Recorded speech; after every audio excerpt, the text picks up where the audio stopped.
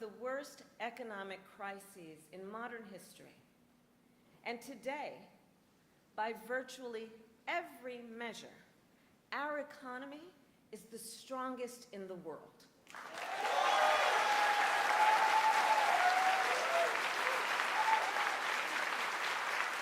We have created 16 million new jobs. We have made historic investments in infrastructure, in chips manufacturing, in clean energy. And new numbers this week alone show that inflation is down under 3%.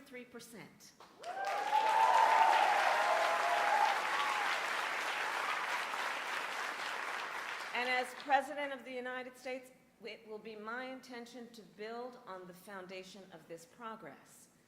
Still, we know that many Americans don't yet feel that progress in their daily lives. Costs are still too high. And on a deeper level, for too many people, no matter how much they work, it feels so hard to just be able to get ahead. As president, I will be laser focused on creating opportunities for the middle class that advance their economic security, stability, and dignity. Together, we will build what I call an opportunity economy. An opportunity economy. An economy where everyone can compete and have a real chance to succeed. Everyone, regardless of who they are or where they start, has an opportunity to build wealth for themselves and their children. And where we remove the barriers to opportunity so anyone who wants to start a business or advance their career can access the tools and the resources that are necessary to do so.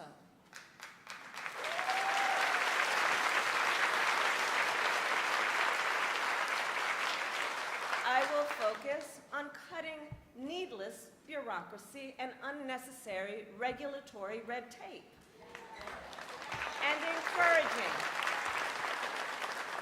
encouraging innovative technologies while protecting consumers, and creating a stable business environment with consistent and transparent rules of the road.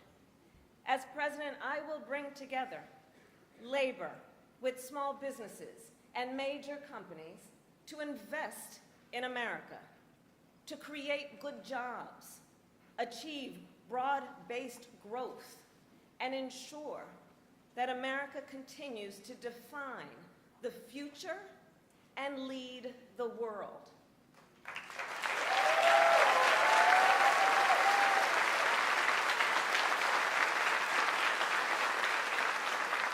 And key to creating this opportunity economy is building up our middle class. It is essential. The middle class is one of America's greatest strengths. And to protect it, then, we must defend basic principles, such as your salary should be enough to provide you and your family with a good quality of life.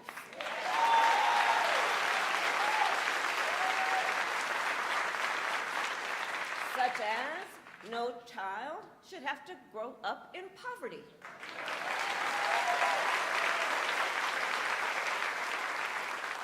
Such as, after years of hard work, you should be able to retire with dignity.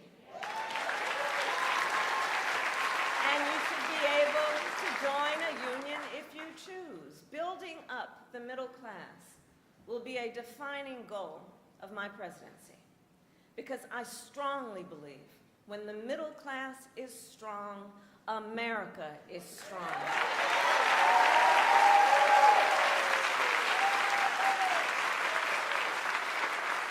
So in the weeks to come, I will address in greater detail my plans to build an opportunity economy.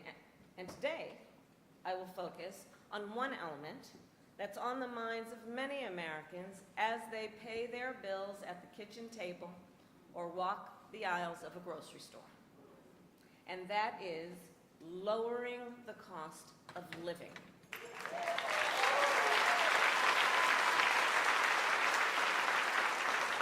So every day across our nation, families talk about their plans for the future, their ambitions, their aspirations for themselves, for their children.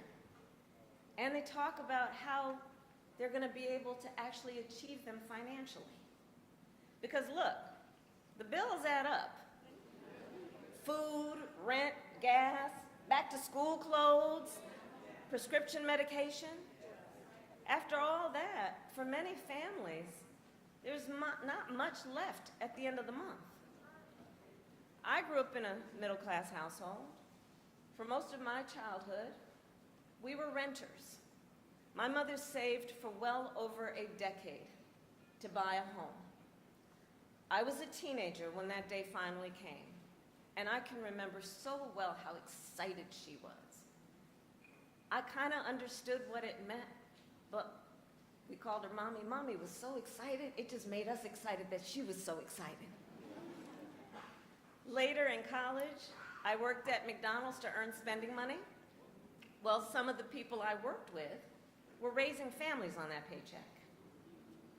They worked second or even third jobs to pay rent and buy food. That only gets harder when the cost of living goes up. When I am elected president, I will make it a top priority to bring down costs and increase economic security for all Americans. As president, I will take on the high costs that matter most to most Americans, like the cost of food. We all know that prices went up during the pandemic when the supply chains shut down and failed. But our supply chains have now improved, and prices are still too high. A loaf of bread costs 50% more today than it did before the pandemic. Ground beef is up almost 50%. Many of the big food companies are seeing their highest profits in 2 decades. And while many grocery chains pass along these savings, others still aren't. Look, I know most businesses are creating jobs, contributing to our economy, and playing by the rules. But some are not, and that's just not right. And we need to take action when that is the case.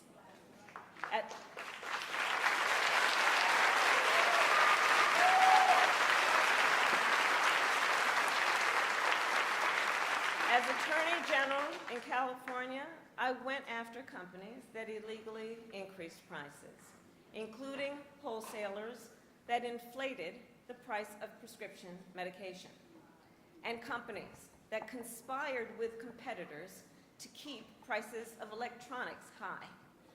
I won more than $1 billion for consumers.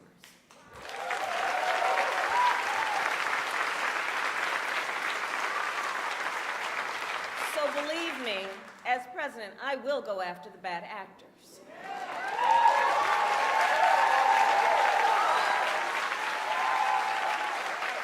And I will work to pass the first ever federal ban on price gauging on food.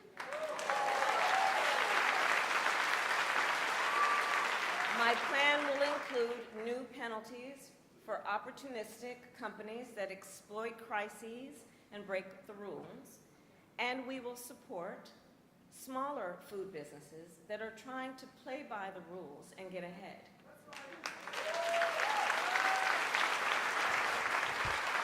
We will help the food industry become more competitive, because I believe competition is the lifeblood of our economy. More competition means lower prices for you and your families.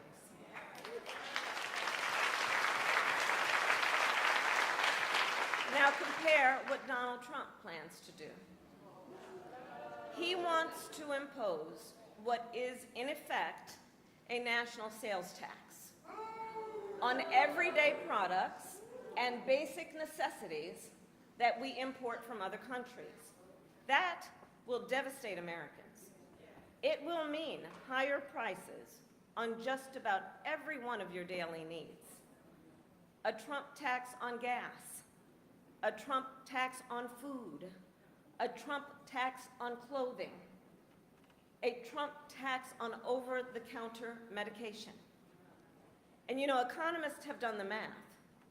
Donald Trump's plan would cost a typical family $3,900 a year. At this moment, when everyday prices are too high, he will make them even higher. As president, I'll take on the issue of the cost of health care. As Attorney General, I took on insurance companies and Big Pharma and got them to lower their prices. And together with President Biden, we've gone even further. We capped the price of insulin at $35 a month, and the total cost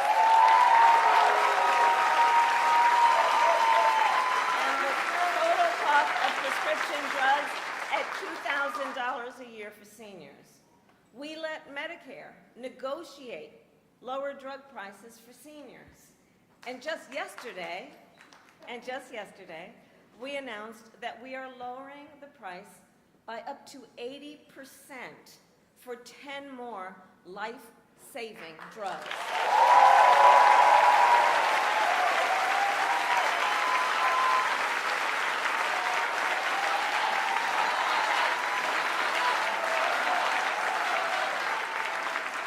And I pledge to continue this progress. I'll lower the cost of insulin and prescription drugs for everyone with your support, not only our seniors. And demand transparency from the middlemen who operate between Big Pharma and the insurance companies who use opaque practices to raise your drug prices and profit off your need for medicine. 2 months ago, I announced that medical debt will no longer be used against your credit score.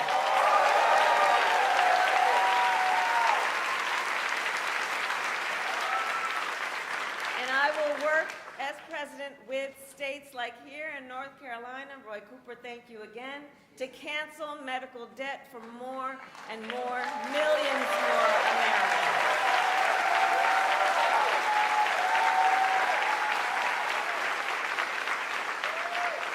As for Donald Trump, well, he wants to repeal the Affordable Care Act, which 45 million Americans rely on. 45 million Americans rely on it for health care. That would take us back to a time when insurance companies could deny people with pre-existing conditions. We all remember what that was. And we're not going back.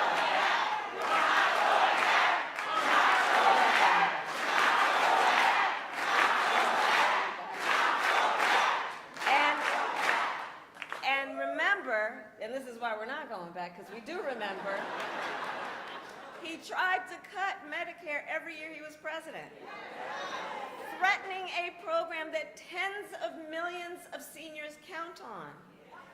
And according to his Project 2025 agenda, he intends to undo our work to bring down prescription drugs, the cost of prescription drugs, and insulin costs.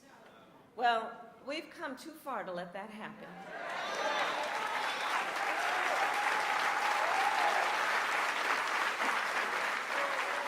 So we're not going back on that, and let's talk about the cost of housing. So now, the housing market can be complicated, but look, I'm not new to this issue. As State Attorney General, I drafted and helped pass a homeowner Bill of Rights, one of the first in America. And during the foreclosure crisis, I took on the big banks for predatory lending with many of my colleagues, including Roy Cooper, and won $20 billion for California families when I was Attorney General.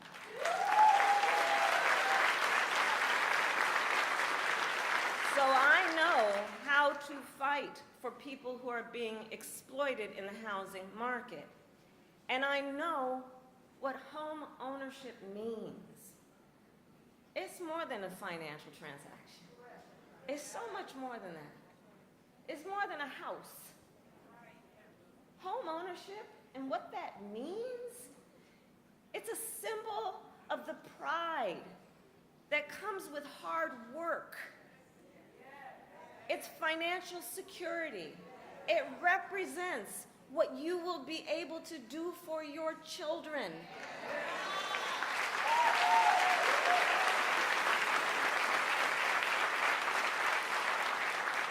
And sadly, right now, it is out of reach for far too many American families.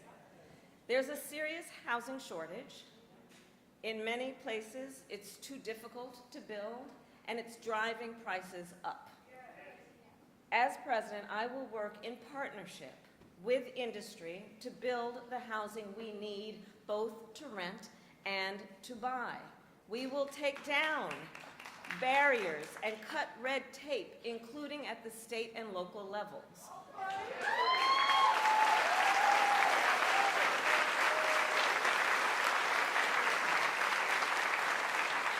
And by the end of my first term, we will end America's housing shortage by building 3 million new homes and rentals that are affordable for the middle class. And we will do that together. We will do that together. And we will make sure those homes actually go to working and middle-class Americans, not just investors. Because, you know, some corporate landlords, some of them, buy dozens, if not hundreds of houses and apartments. Then they turn them around and rent them out at extremely high prices. And it can make it impossible then for regular people to be able to buy or even rent a home. Some corporate landlords collude with each other to set artificially high rental prices, often using algorithms in price-fixing software to do it. It's anti-competitive and it drives up costs. I will fight for a law that cracks down on these practices.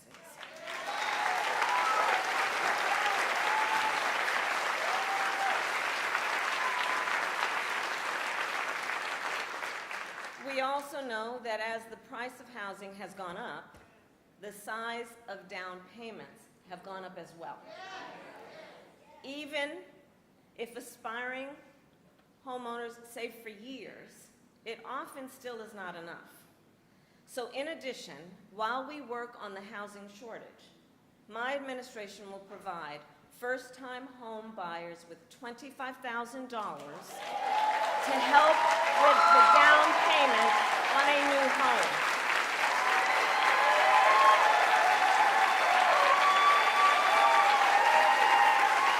We can do this. We can do this.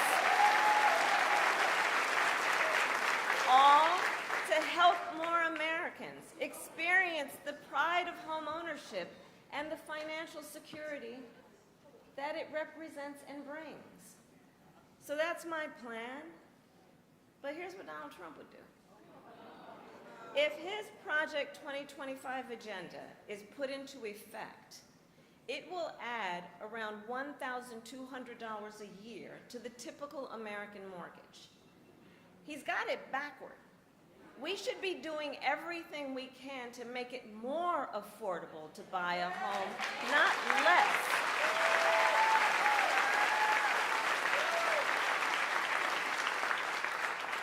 Finally, there's one more way I will help families deal with rising costs, and that's by letting you keep more of your hard-earned money.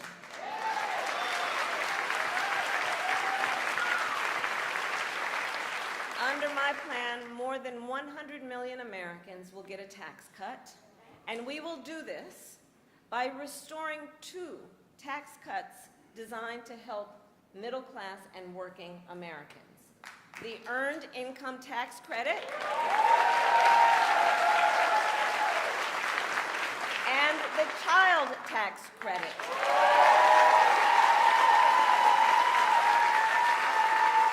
Through which millions of Americans with children got to keep more of their hard-earned income. We know this works and has a direct impact on so many issues, including child poverty. We know it works. So as president, I'll not only restore that tax cut, but expand it. We will provide $6,000 in tax relief to families during the first year of a child's life. Now think what that means. Think what that means. That is a vital, vital year of critical development of a child. And the cost can really add up, especially for young parents who need to buy diapers and clothes and a car seat and so much else. And we will do this while reducing the deficit. Compare my plan with what Donald Trump intends to do. He plans to give billionaires massive tax cuts year after year. And he plans to cut corporate taxes by over $1 trillion, even as they pull in record profits.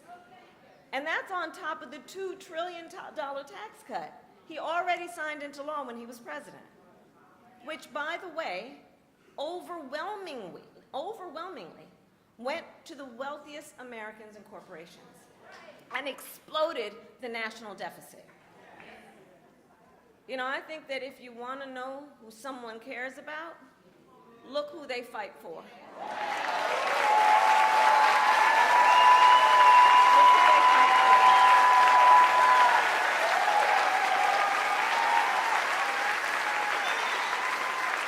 Donald Trump fights for billionaires and large corporations. I will fight to give money back to working and middle-class Americans.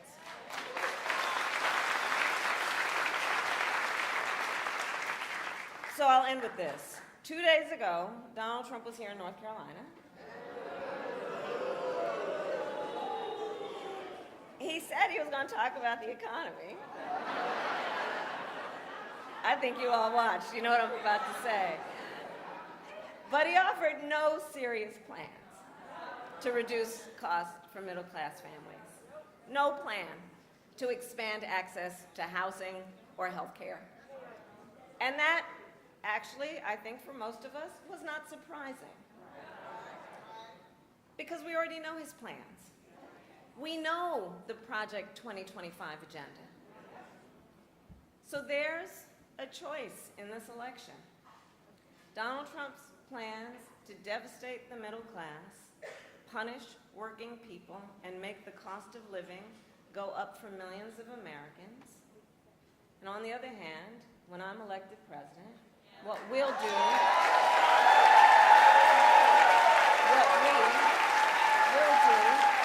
to bring down costs, increase the security and stability financially of your family, and expand opportunity for working and middle-class Americans.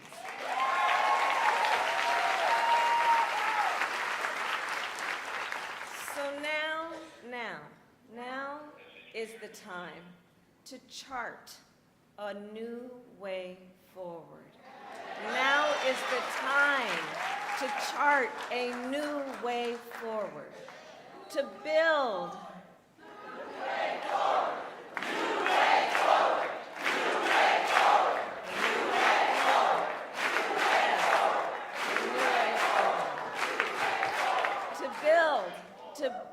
an America where everyone's work is rewarded and talents are valued, where we work with labor and business to strengthen the American economy, and where everyone has the opportunity not just to get by, but to get ahead.